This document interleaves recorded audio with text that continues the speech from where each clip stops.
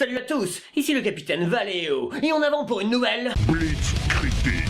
Le 14 décembre est sorti Rogue One, le premier film qui est un spin-off de l'univers Star Wars. L'action est centrée sur le groupe de rebelles qui a volé les plans de l'étoile de la mort, ou l'étoile noire dans l'ancienne traduction. Plans qui seront au cœur de l'intrigue de l'épisode 4, sorti en 1977.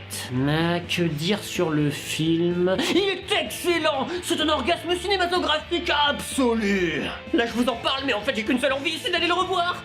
Mais là les cinémas sont fermés, il n'y a plus de séance, bah alors je suis coincé ici devant une caméra. Le scénario du film est simple, mais dense.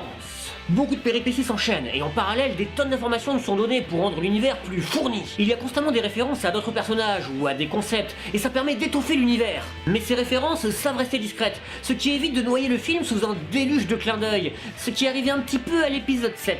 Comme cet opus se passe juste avant le 4, beaucoup de liens sont faits avec cet épisode. Mais là aussi, ils savent rester discrets, ce qui permet au film de ne pas être un simple préquel, mais d'avoir sa propre identité. Les personnages sont très bien représentés et deviennent tous très attachants. D'ailleurs, on pourrait reprocher un premier acte un peu long, car c'est là qu'on nous présente l'équipe des héros et qu'on est censé s'attacher à eux. Mais selon moi, c'est une bonne chose que le film sache prendre son temps. Aller trop vite n'est jamais une bonne chose. Comme le disait Maître Yoda en parlant du côté obscur, plus rapide, plus facile, plus séduisant. Et pour une fois, attendez-vous à une action parfaitement scénarisée. Car si le script général est simple à comprendre, le scénario est profond dans l'action. Ce concept est souvent mal compris des spectateurs et mal géré par les réalisateurs. Mais l'action se doit d'être scénarisée. C'est un exercice très difficile. Mais s'il est souvent admis que les dialogues participent au scénario, il est moins souvent compris que l'action aussi. Toutes les péripéties qui arrivent au sein d'un combat, que ce soit une bataille ou un simple duel, font partie du scénario et peuvent être plus ou moins bien inspirées. Et dans le cas de Rogue One, c'est parfaitement maîtrisé. On atteint de véritables sommets, et les batailles sont du niveau du soldat Ryan ou de Black Hawk Down.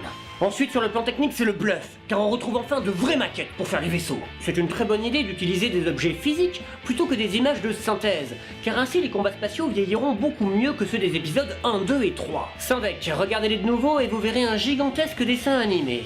Il y a vraiment beaucoup d'effets physiques, et cela permet de sentir réellement le conflit contre l'Empire, voire même de se sentir écrasé par la machine impériale.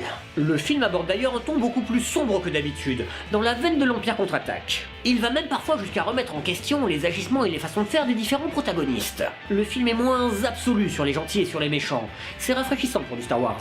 Rogue One avait la lourde tâche d'être le premier spin-off Star Wars lancé par Disney. Il était attendu au tournant, et les gens redoutaient que ce ne soit qu'un simple produit dérivé sans âme, conçu pour patienter entre le 7 et le 8. Mais il n'en est rien, c'est une réussite totale.